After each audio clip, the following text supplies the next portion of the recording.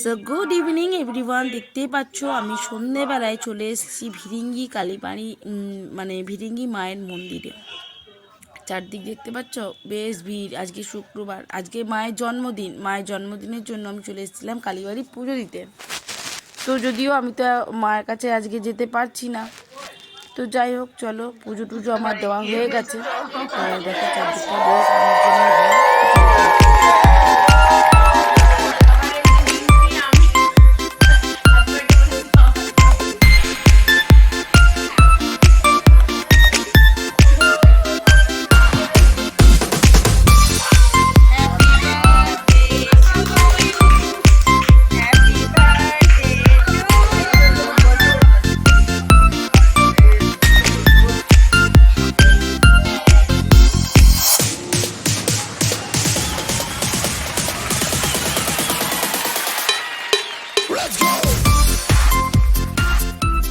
আজকে হয়ে গেল স্যাটারডে, আর এখন টাইম চলছে 11টা 10। আর আমি আমার ব্লগটা এখন থেকে শুরু করছি। এখন আমি আপনার সঙ্গে একটা ভাজা মশলা দিয়ে আলুর তরকারি তৈরি করব টিফিনের জন্য। টিফিন না, আজকে পূর্ণিমা, তো আমরা নিরামিষই খাবো, তার জন্য তো একবারই করে নিচ্ছি। তো চলো তোমাদের সঙ্গেও শেয়ার করি, অবশ্যই সঙ্গে থেকো আর দেখতে থাকো আজকে ব্লগটা। তো দেখো আমি এখানে কিছুটা সেদ্ধ করা আলু নিয়েছি একখানি টমেটো, আর নিয়েছি যে দেখা যাচ্ছে 2খানা কাঁচা লঙ্কা। আমি পুরোটাই এটা সর্ষের তেলে করব। তো চলো কি করে করছি একবার দেখাই। কড়াইতে দিয়ে দিয়েছি আমি সরিষার তেল, আর ফোড়ন দিয়েছি 5 ফোড়ন। আমি এখানে 2খানা কাঁচা লঙ্কা হালকা চিড়ে নিয়েছি, এবার দিয়ে দেবো এর মধ্যে আমি আলু, সেদ্ধ করে রাখা আলু আর টমেটো। এবার এটা আমি খুব ভালো করে নুন আর হলুদ দিয়ে ভাজা ভাজা করবো। তো আমি দিয়ে দেবো এখন পরিমাণ মতো নুন,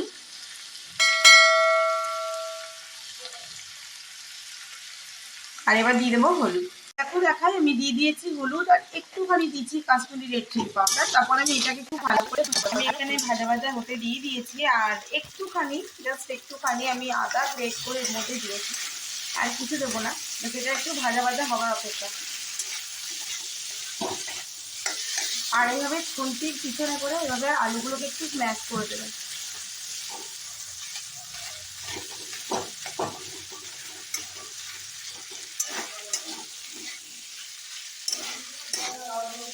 তো এটা ভাজা ভাজা হোক। তো যেহেতু এই ভাজা মশলা দিয়ে আলুর তরকারিটা, তো 1 চামচের মতন ভাজা মশলা আমি উপর থেকে দিয়ে দিলাম। এবার আমি এটা ভালো করে মিক্স আপ করে নেব।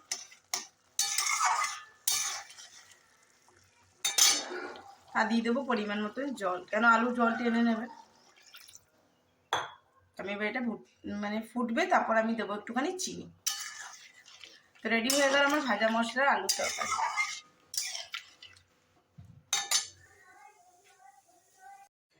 Good afternoon everyone. এখন বেজে গেছে 1:29। আমরা খাবার দাবার ছেড়ে চলে গেছিলাম বাজার, মানে মিঠির যে লেহেঙ্গাটা ছিল সেই লেহেঙ্গাটা ঠিক করতে দেওয়ার জন্য। ওটা হচ্ছে না, গায়ে খুব টাইট হয়ে গেছিল, তার জন্য গেলাম বাজার। 1:35 বাজতে যাচ্ছে, আর আমি মিঠি জামাটা দিয়ে আসলাম। এই যে মিঠি এসে বসে পড়েছে পরতে, আর আমি নিয়ে আসলাম এই জামাটা একটা বাচ্চাকে দেবার আছে।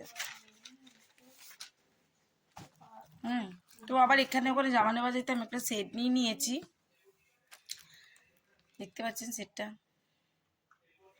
প্যান্ট জামা, ওটার মানে সক্স আছে, আর এই যে দুটো বাচ্চাদের ঝুনমুনি খেলনা। ঠিক আছে, এই একটা নিয়ে আসলাম, মিঠির জামাগুলো দিলাম, আর এই একটা ব্যাগ নিয়ে এসেছি।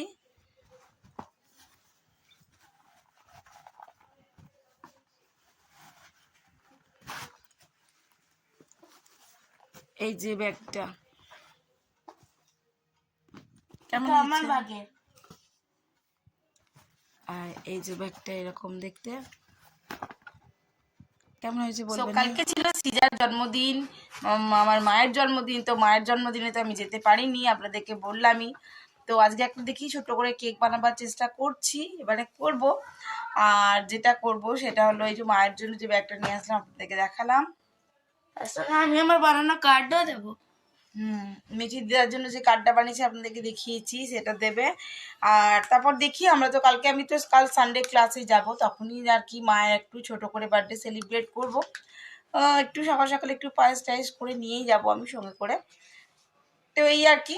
তো আজকের মতন আমার ব্লগটা আমি এন্ড করছি। কালকে সিজার বার্থডে ব্লগটাও আপনাদের সঙ্গে অ্যাটাচ করে দেবো, দেখাবো সবটুকুই। তো সকলেই খুব ভালো থাকবেন, সুস্থ থাকবেন। আবার একটি নতুন ভিডিওতে দেখা হবে। হ্যাঁ, দিদি এসেছিল, কিন্তু আপনাদের কাছে সেটা দেখানো হয়নি। দিদি আজকে সকালবেলায় চলে গেছে, আবার আজকে ওর ক্লাস ছিল। তো বাস আজকের মতন এইটুকুই। আবার একটি নতুন ভিডিওতে দেখা হবে, ততক্ষণের জন্য বিদায়। সকলে খুব ভালো থাকবেন, সুস্থ থাকবেন। আর আমার চ্যানেলটাকে অবশ্যই সাবস্ক্রাইব করবেন যদি আমার চ্যানেলে নতুন বন্ধু হয়ে থাকেন। আর যারা সাবস্ক্রাইব করেছেন তাদেরকে অসংখ্য ধন্যবাদ। সকলে খুব ভালো থাকুন। আর ভিডিওগুলো কেমন লাগছে অবশ্যই কমেন্ট বক্সে এসে কমেন্ট করবেন আমাকে। আর একটু লাইক কমেন্ট শেয়ার করে সাপোর্ট করতে থাকুন, আমার সঙ্গে থাকুন। আজকের মতন বিদায়, টাটা, ভালো থাকুন।